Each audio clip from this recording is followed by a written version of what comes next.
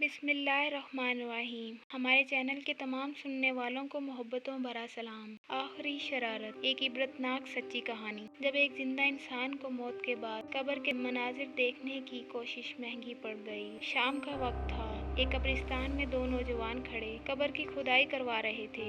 एक का नाम एहसन और दूसरे का नाम जैन था। ये कब्र उनके दोस्त राशिद की थी। एहसन राशिद का कजन भी था, जबकि जैन इन दोनों का दोस्त था। एक हफ्ते बाद राशिद की शादी थी, लेकिन खानदानी दुश्मनी की बिना पर राशिद का कत्ल कर दिया गया था। जिस घर में खुशियों का माहौल था, वहाँ गम की चादर बिछ गई। राशिद के माँ बाप तो जैसे जिंदा दरगोर हो गए हों। नई जिंदगी की तैयारियां छोड़कर लोग राशिद की तदफीन की तैयारियां कर रहे थे। इस घर पर तो जैसे क़यामत टूट पड़ी थी। गोरकर ने कब्र की खुदाई मुकम्मल की तो बोला, ये लो बेटा, जब जनाजा आ जाए तो मुझे आवाज दे देना, मैं जरा अपनी झोंपड़ी में आराम कर लूं। ये कहकर गोरकन चाचा झोंपड़ी की तरफ चल दिया। एहसन ने अपने कांपते हाथों से अपने घर फोन किया और पूछने लगा, मैयत के आने में कितनी देर है। ये कहकर रो दिया। लेकिन इन तीनों की आपस में बहुत गहरी दोस्ती थी। एहसन गम से निडाल था। जैसे जैसे शाम ढल रही थी, अंधेरा बढ़ता जा रहा था। जैन अपनी ही सोचों में गुम था कि एकदम चौंक कर बोला, यार, रात के वक्त कब्रिस्तान में किस कदर खौफ आता है। ये मुर्दों की हिम्मत है जो यहाँ पर रह पाते हैं, वरना जिंदा इंसान तो खौफ से ही मर जाएं। मैं ये सोच रहा हूँ कि फरिश्ते कैसे मुर्दों से हिसाब करते होंगे और कैसे वो कब्र में आते होंगे। वो बहुत हसासियत से बात कर रहा था कि अचानक उसके मोबाइल पर कॉल आई और जो ही वाइब्रेशन हुई वो डर गया। डर के मारे उसका मोबाइल हाथ से छूटकर सीधा कब्र में जा गिरा। एहसन ने गुस्से से जैन की तरफ देखा, क्योंकि वो जानता था कि जैन बहुत शरारती था। जैन ने कहा, मेरे हाथ से छूट गया, मेरा कोई कसूर नहीं, जरा मदद तो करो, मैं अपना फोन उठा लाऊं। ये कहकर राशिद की कब्र में उतरा और फोन उठाया जो मिट्टी से भरा हुआ था। एहसन की मदद से वो बाहर निकल आया। उसके बाद एहसन दूर जाकर पत्थर पर बैठ गया। अब ये दोनों राशिद की मैयत का इंतजार करने लगे, मगर जैन के दिमाग में तो कुछ और ही चल रहा था। इसकी नजर में कब्र के ऊपर पड़ी और कब्र के पास जो सलीबें पड़ी थी उन्हें देखने लगा। जैन एहसन के करीब आया और कहने लगा, एहसन, तुम क्या ये सलीबें एक एक करके उठा सकते हो? एहसन ने कहा, हाँ। जैन ने कहा, मैं थोड़ी देर के लिए राशिद की कब्र में जाऊंगा, तो ऊपर से ये सलीबें रखना, मैं बस देखूंगा कि कब्र में क्या होता है और जब इंसान के ऊपर सलीबें रख दी जाती हैं तो क्या माहौल होता है। एहसन का उसकी बात सुनकर खौफ से बुरा हाल हो गया और डांटना शुरू कर दिया कि तुम्हें यहाँ भी शरारत सूझ रही है, तुम्हें डर नहीं लगता? और इतनी देर में जनाजा आ गया तो, और हम पकड़े गए तो क्या होगा? और लोग क्या सोचेंगे कि कब्र के साथ मजाक कर रहे हैं। जैन ने को मनाना शुरू कर दिया, बस कुछ ही देर की बात है। लेकिन एहसन ना माना। जैन ने बोला, ये बस मेरी आखिरी शरारत होगी, इसके बाद कोई शरारत नहीं करूँगा, फिर तुम याद करोगे मेरी शरारतों को। इतना मनाने पर एहसन मान गया।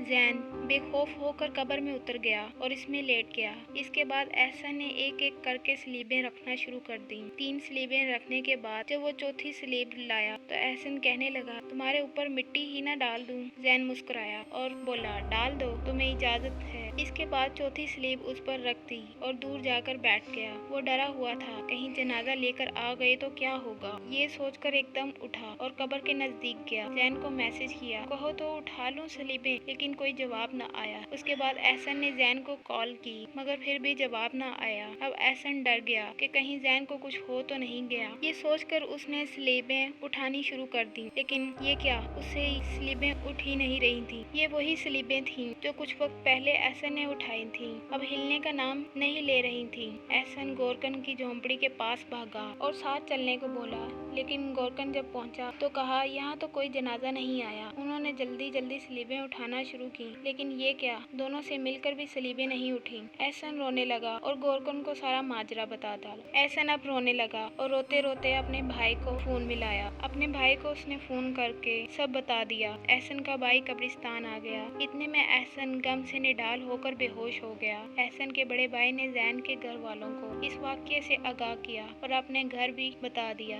जैन के घर वालों के दिल में बहुत से सवाल थे, क्या पता एहसन ने जैन को कत्ल कर दिया हो। और ये सब तो तब मुमकिन था जब कब्र को खोला जा सकता था। इस कब्र की सलीबें तो 10 लोग भी मिलकर ना उठा पाए। ये तो अल्लाह के मामलात में गुस्ताखी का नतीजा लग रहा था। थोड़ी देर बाद एहसन को होश आ गया और उसने सारा मामला बता डाला। सब हैरान थे, ये कैसे मुमकिन है। जैन तो सही सलामत था। राशिद को दूसरी कब्र में दफनाने के बाद जैन की कब्र खोलने की कोशिश की, मगर कुछ मुमकिन ना हो सका। ये والدین کی شرارت کا عبرتناک واقعہ تھا۔ اس واقعے کو 1 مہینہ گزر چکا ہے، لیکن احسن کو اس کے آخری الفاظ یاد آتے تھے، یہ میری آخری شرارت ہوگی، اس کے بعد کوئی شرارت نہیں کروں گا، پھر تم یاد کرو گے میری شرارتوں کو۔ اور اس نے احسن کو یہ تک کہا تھا، تم مٹی ڈال دو، بے شک تمہیں اجازت ہے۔ یہ الفاظ سوچ کر احسن چیخ کر روتا، لیکن اسے قرار نہیں آتا تھا کہ کیسے مذاق نے انسان کی جان لے لی، اور مذاق بھی قبر سے۔ آخری منزل کا سوچ کر بھی انسان کے رونگٹے کھڑے ہو جاتے ہیں، اور وہ کیسا انسان تھا کہ قبر میں زندہ اترتے ہوئے اس کو خوف نہ آیا۔